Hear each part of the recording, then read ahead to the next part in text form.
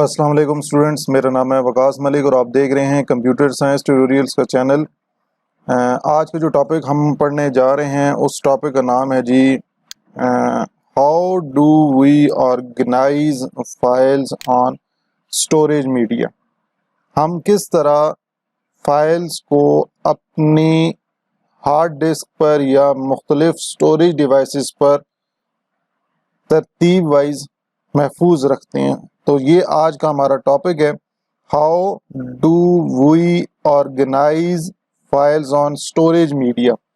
Storage media होता है कि जिसके ऊपर आप डाटा या उन फाइल्स को महफूज करके रखते हैं। उन डिवाइसेस को, उस मीडिया को हम स्टोरेज मीडिया का नाम देते हैं। अब सबसे पहले हमें पता होना चाहिए कि फाइल ऑर्गेनाइजेशन या फाइल स्टोरेज होती क्या है, किस तरह फाइल को रखा जाता है। तो एक डेफिनेशन है जो कि आपके शॉर्ट क्वेश्चन के लिए भी बहुत ज़्यादा अहम है। A technique for physically arranging the records of a file.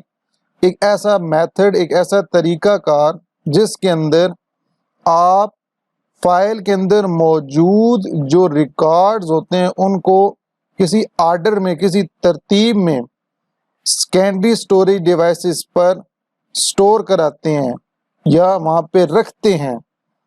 ऐसे मेथड को फाइल ऑर्गेनाइजेशन का नाम दिया जाता है। मैं दोबारा आपको बताता हूँ, ऐसा method for physically arranging the records, जो आपकी फाइल के अंदर मुख्तलिफ रिकॉर्ड्स मौजूद होते हैं उनको तरतीब वाइज या रेंडमली, सीक्वेंस में या रेंडमली आप स्टोर कराते हैं। एक्सटर्नल डिवाइसेस पे भी हो सकता है, या आप हार्ड डिस्क पे या मैग्नेटिक टेप या यूएसबी पे डाटा स्टोर कराते हैं। सेकेंडरी स्टोरेज के अंदर ये सारी डिवाइसेस आ जाती हैं। तो ऐसे मेथड को हम फाइल ऑर्गेनाइजेशन कहते हैं कि हमने फाइल्स को उस ऑर्गेनाइज्ड फॉर्म में रखा है।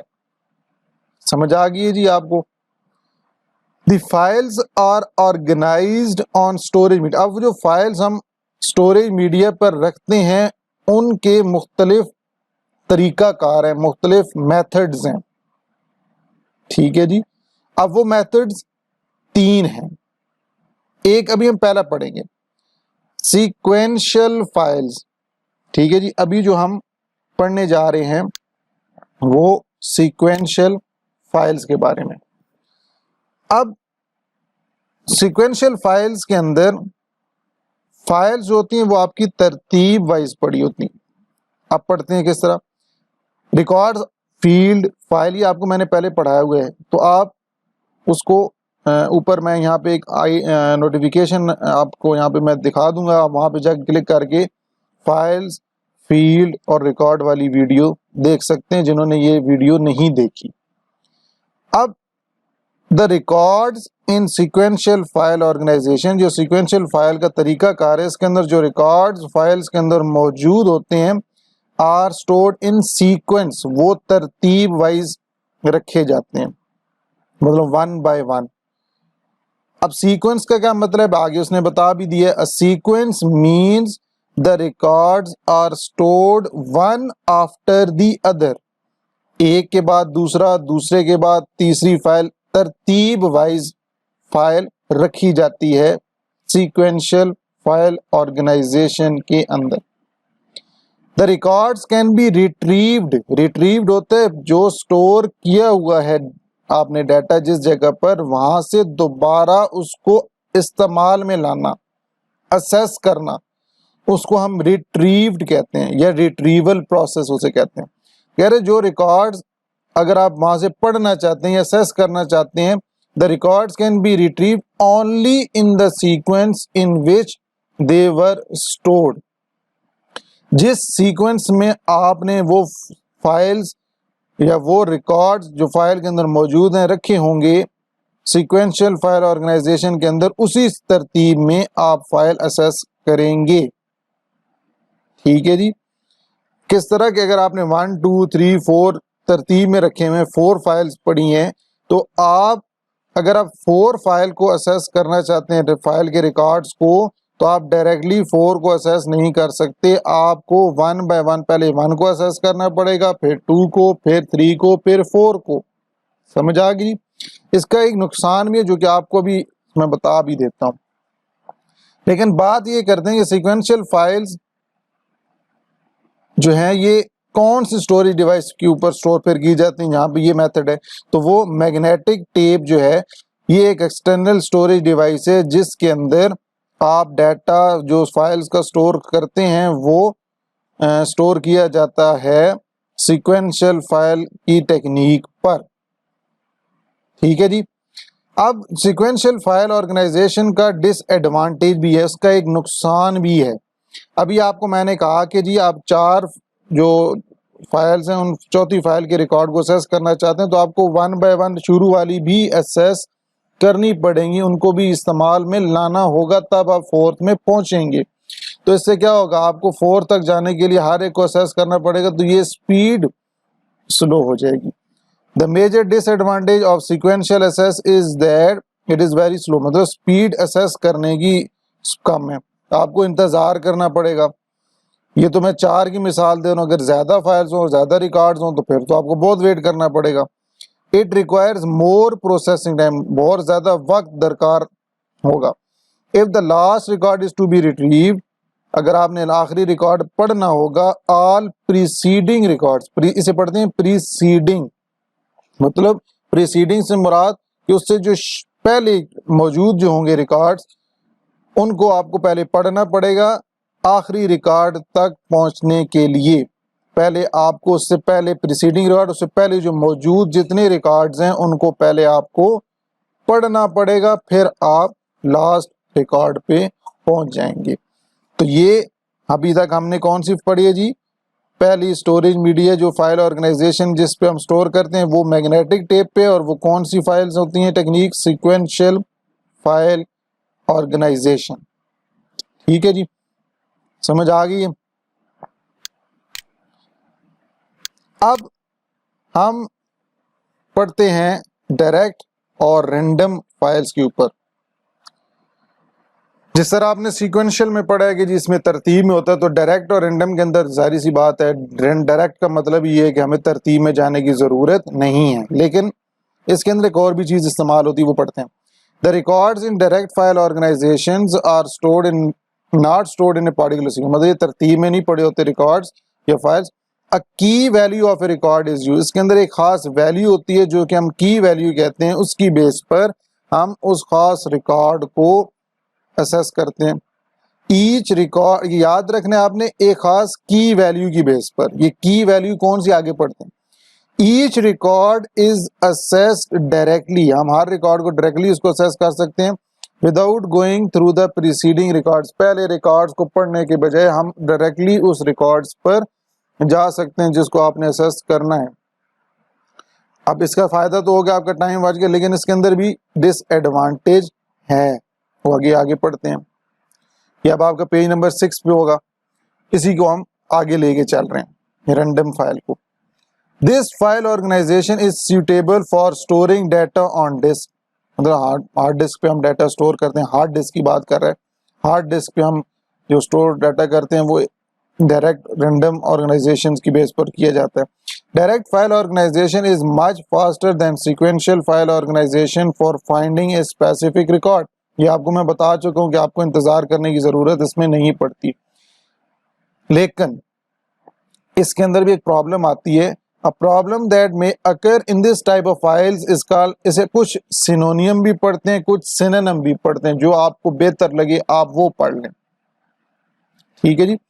अब सिनोनियम या सिनोनिम से क्या मुराद है कि हम जिस तरह इंग्लिश में पढ़ते हैं हम अल्फाज जो होते हैं, लेकिन यहाँ पे वो कह रहा है the problem occurs if the same address is calculated to store 2 or more records.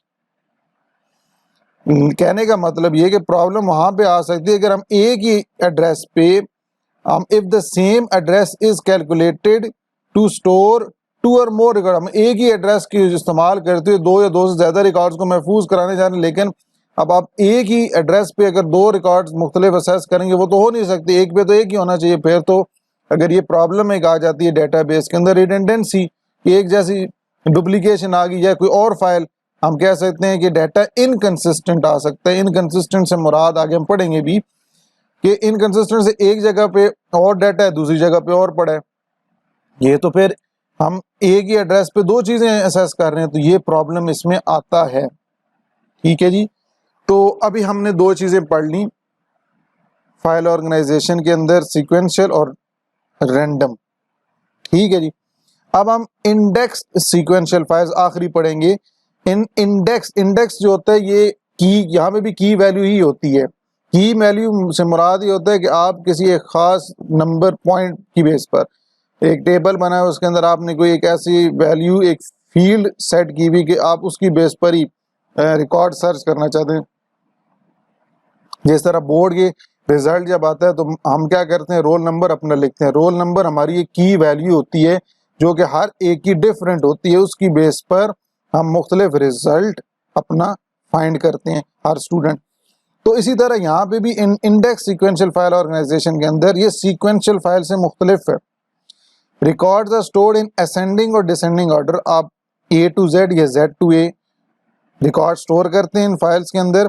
The order is based on the value called key. अब वो जो ऑर्डर आप रखते हैं वो ऑर्डर असेंडिंग टू डिसेंडिंग या डिसेंडिंग टू असेंडिंग, वो एक खास वैल्यू के ऊपर रखा जाता है। उस वैल्यू को हम की वैल्यू का नाम देते हैं। Additionally index file organization maintains an index in a file. जब भी इंडेक्स सीक्वेंशियल फाइल्स के अंदर हम फाइल्स को असेस करते हैं तो उसके लिए हम जो कीज की जो वैल्यूज होती हैं ये एक फाइल में रखते हैं, जिनकी बेस पर हमने मुख्तलिफ रिकॉर्ड्स असेस करने होते हैं। ये याद रखना है आप लोगों ने, ये जो इंडेक्स फाइल होती है ये अलहदा होती है, और जिस जगह पे वो आपने रिकॉर्ड असेस करना होता है वो मास्टर फाइल में पड़ा होता है। मास्टर फाइल और ट्रांजैक्शन फाइल मैंने आपको पढ़ाई थी, उसका लिंक भी मैं ऊपर आपको यहाँ पे प्रोवाइड कर दूंगा, लेफ्ट या राइट पे आपको आ जाएगा। आप वहां पे क्लिक करके वो वीडियो भी चेक कर सकते हैं। उम्मीद करता हूँ अभी तक आपको ये समझ आ रहा होगा। रैंडम और सीक्वेंशियल आसान है, ये थोड़ा सा घुमा फिरा के है, तो इसलिए गौर से सुनना है आपने, और परेशान नहीं होना कि जी ये याद कैसे करेंगे। आपको इस कंसेप्ट क्लियर होने चाहिए। आपको अगर कंसेप्ट क्लियर है, आप खुद भी इंग्लिश थोड़ी बहुत लिख सकते हैं। वो ज़रूरी नहीं यहाँ से रट्टा मारना है, रट्टे पे कभी नहीं जाना ही। हमारा काम टीचर्स का ये होता है कि यहाँ पे पढ़ाएं आपको 1 by 1 बुक से, लेकिन ज़रूरी नहीं कि आप यही चीज़ रट्टा मार के तैयार करें। रट्टा मारने वाला स्टूडेंट कभी कामयाब नहीं होता। मार्क्स तो ले लेता है लेकिन कभी कामयाब नहीं होता वो, तो ये याद रखना। तो इंडेक्स फाइल बनाई जाती है जिसके अंदर वो सारी कीज वैल्यू मौजूद होती हैं। एंड इंडेक्स होती है, इंडेक्स कंसिस्ट ऑफ ए की वैल्यू, खास वैल्यू होती है जो कि हमें मुख्तलिफ फाइल्स जहाँ पे वो स्टोर की हुई होती हैं उनका एड्रेस बताती हैं कि ये फाइल हार्ड डिस्क पर किस जगह पर मौजूद है। ठीक है जी। यहाँ पे भी हार्ड डिस्क के ऊपर ये टेक्निक इस्तेमाल की जाती है। कह रहे हैं एन इंडेक्स कंसिस्ट ऑफ ए की वैल्यूज, खास वैल्यूज होती हैं जो कि हमें हार्ड डिस्क या डिस्क के ऊपर उस जगह का पता बताती हैं जहाँ पे उस फाइल के अंदर वो रिकॉर्ड मौजूद होता है। उस की वैल्यू की बेस पर हम उस डिस्क में से वो वैल्यू असेस करते हैं, रिकॉर्ड। इंडेक्स रेफर मतलब पॉइंट करता है। इंडेक्स वैल्यू हमें पॉइंट करती है टू द प्लेस, उस जगह पे ऑन ए डिस्क के ऊपर where a record is stored, जहाँ पे वो रिकॉर्ड स्टोर किया होता है। इंडेक्स की वैल्यू हमें ये बताती है कि ये रिकॉर्ड उस जगह पर पड़ा है। The index file is updated. Index file तब्दील होती रहती है whenever a record is added or deleted from the file. जब आप मास्टर फाइल से कोई भी रिकॉर्ड डिलीट करेंगे या कोई ऐड करेंगे तो ऑटोमेटिकली कीज की वैल्यूज भी चेंज होती रहती हैं, वो कांस्टेंट नहीं रहती, वो वेरिएबल वो भी चेंज होती रहती हैं। ये इंशाल्लाह हम सेकंड चैप्टर में जब कीज पढ़ेंगे उसमें मैं आपको बताऊंगा कि रिकॉर्ड जब डिलीट होता है तो प्राइमरी कीज और बाकी फॉरेन कीज कैसे चेंज होती हैं।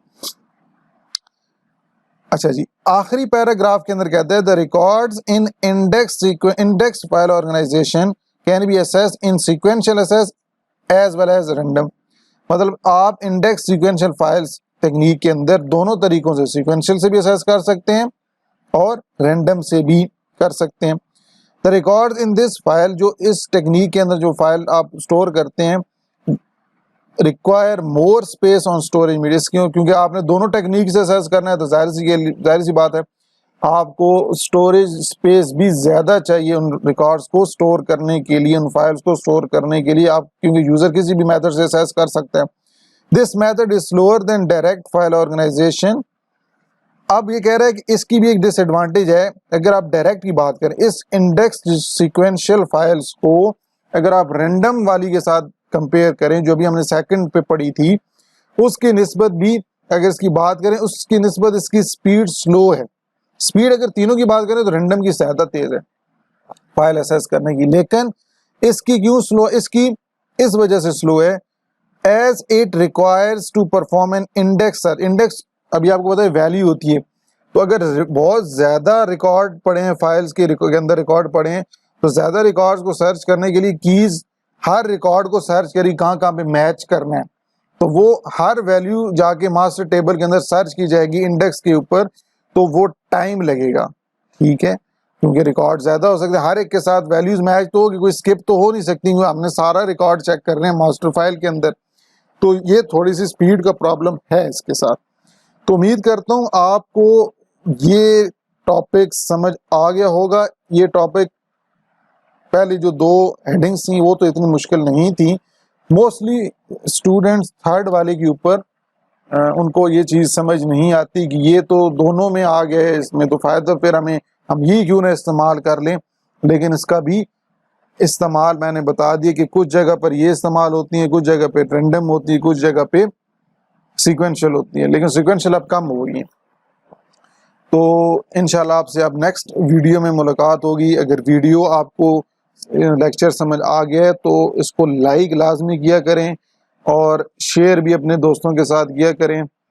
अगर आपको मेरा समझाने का तरीक़ाकार सही नहीं लग रहा या आपको कोई चीज़ इसमें समझ नहीं आ रही या कोई प्रॉब्लम है, तो वो आप ओपनली मुझसे पूछ सकते हैं। मैं ऐसी बातों का माइंड नहीं करता। मुझे तो खुशी होती है कि स्टूडेंट्स मुझसे ये चीज़ मुझे बता रहे हैं कि सर इस तरह का होना चाहिए। तो इंशाल्लाह आपसे नेक्स्ट वीडियो में मुलाकात होगी। तब तक के लिए अल्लाह हाफिज़।